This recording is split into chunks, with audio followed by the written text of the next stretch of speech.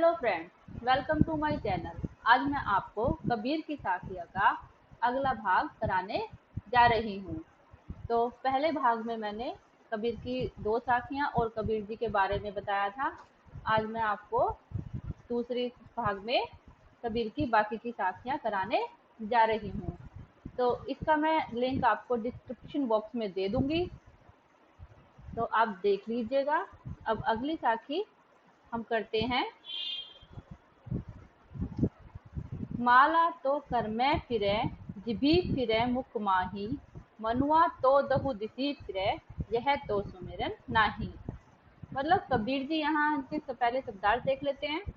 कर हाथ, फिरे घूमना, जीभी जीभ, मुख माही मुँह, माही में, मनुआ मन, दहु दशो, दिसी दिशा, तो सुमिरन स्मरण याद करना।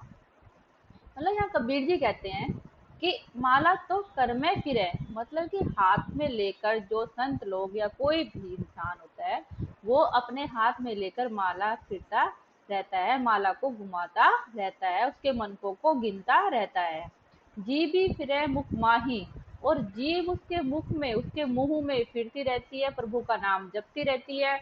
वो माला से, हाथों से अपनी माला को फिरता रहता है और मुख में जीभ घूमती रहती है। और मनुआ तो दहु दिशी फिरे, लेकिन ये सारा काम होने के बाद भी वो अपना पूरा लगा रहा है कि हाँ, माला घुमा रहा है अपने हाथों से और जीभ मुख में फिरा रहा है। लेकिन मनुआ तो दहु दिशी फिरे, लेकिन मन मन कहाँ है उसका? मन तो उसका दशों दिशाओं में फिर रहा है। अरे मेरा ये काम पड़ा हुआ है, अरे वहां पर ये सामान गिर गया, अरे उसने ये काम किया कि नहीं। तो यह तो सुमिरन नहीं, कि यह सुमिरन नहीं है, यह भगवान को याद करना नहीं है, यह प्रभु की भक्ति में लीन होना नहीं है।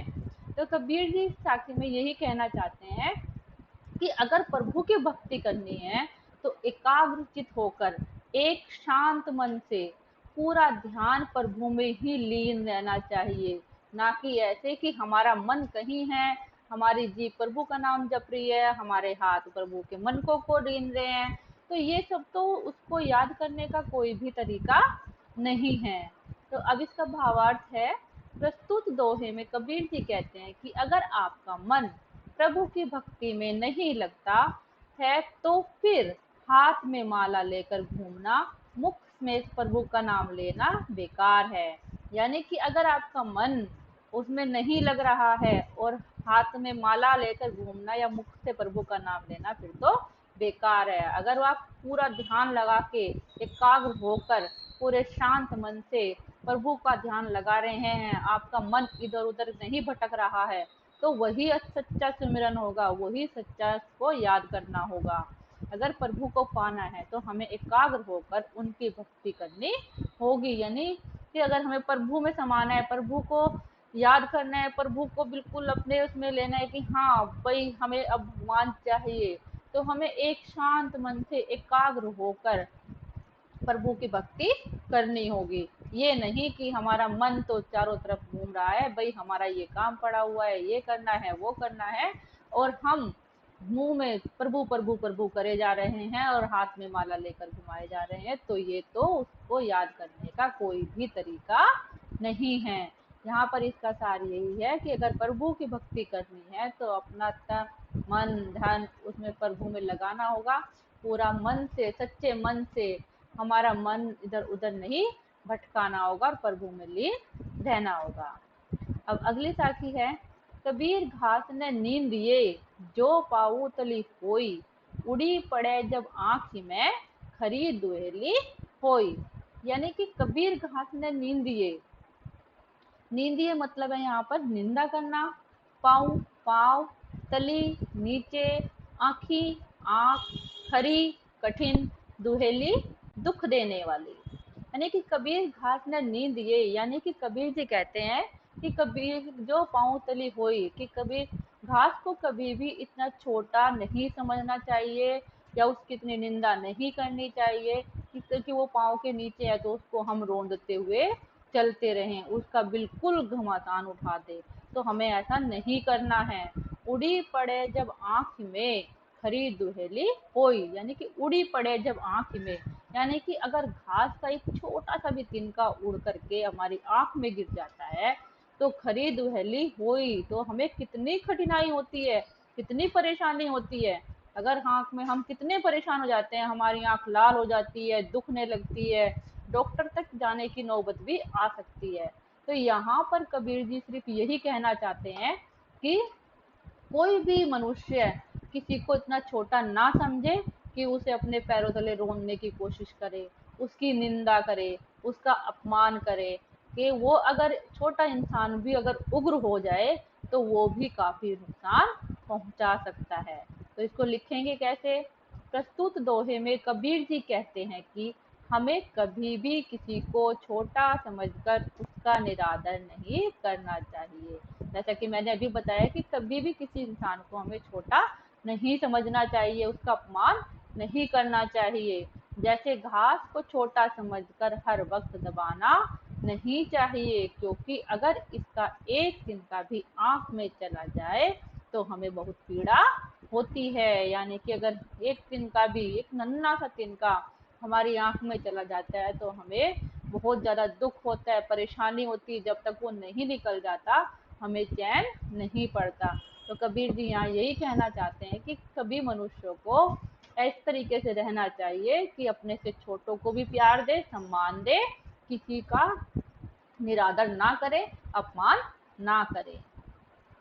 अगली साखी है, जग में बैरी कोई नहीं जो मन शीतल होए, या आपा को डारी दे दया करे सब कोय। यहाँ शब्दार्थ में है जग संसार, बैरी दुश्मन शत्रु, शीतल शांत, आपा स्वार्थ अहंकार, डारी त्यागना। जग में बैरी कोई नहीं जो मन शीतल होए।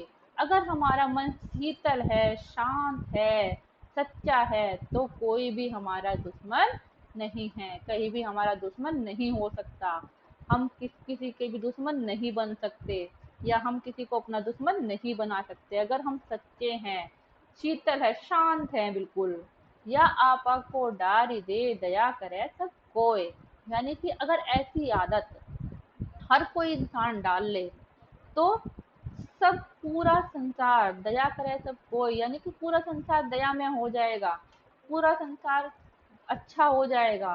कोई किसी से लड़ाई झगड़ा नहीं करेगा, कोई किसी को छोटा बड़ा नहीं समझेगा, हर कोई प्यार से रहेगा, सद्भावना से रहेगा, कोई किसी को नुकसान नहीं पहुंचाएगा। यहाँ पर लिखे हैं कैसे इसको, कि प्रस्तुत साखी में कबीर जी कहते हैं कि जिस मनुष्य का मन शांत होता है दुनिया में उसका कोई शत्रु नहीं हो सकता। यानी कि वो जब इतना शांत शीतल होगा तो वो किसी से लड़ाई झगड़ा नहीं करेगा, तो फिर दुश्मनी किस बात की, कोई भी उसका दुश्मन नहीं होगा। तो यदि दुनिया का हर मनुष्य स्वार्थ क्रोध जैसी भावनाओं का त्याग कर दे तो वो दयालु और महान बन सकता है। यानी कि हर मनुष्य अपने एक लिमिट में रहे, एक उसका दायरा हो, स्वार्थ क्रोध ऐसी भावना उस पर ऐसे हावी ना हो कि उसे पूरा करने के लिए वो कुछ गलत कदम उठाए, गलत काम करे। तो उसे, हर मनुष्य को ऐसे ही के स्वार्थ को, क्रोध को, मोह को, सबको इस तरह का मतलब इतने लिमिट में रखना चाहिए कि वो सब कुछ ठीक रहे, उसे कोई गलत काम ना करना पड़े उसे सबको पूरा करने के लिए। तो यहाँ कबीर जी यही कहना चाहते हैं कि हम सभी को अपना मन इतना शीतल और शांत कर रखना चाहिए कि हम किसी से ज्यादा लड़ाई झगड़ा ना करें, किसी का अपमान ना करें, किसी को दुख ना पहुंचाए, अपनी जो भावनाएं हैं उन पर इतना कंट्रोल रखें कि उसको पूरा करने के लिए हमें किसी को नुकसान पहुंचाना ना पड़े। तो यहाँ कबीर जी बस सिर्फ इसका सार यही है कि हर मनुष्य को शीतल मन रखना चाहिए, शांत रहना चाहिए, किसी से लड़ाई झगड़ा नहीं करना चाहिए। अगर ऐसा हो जाता है तो पूरा संसार बहुत ही सुंदर हो जाएगा। अब इसी के साथ ये वीडियो समाप्त होती है। खुश रहिए, स्वस्थ रहिए और ध्यान से पढ़ते रहिए।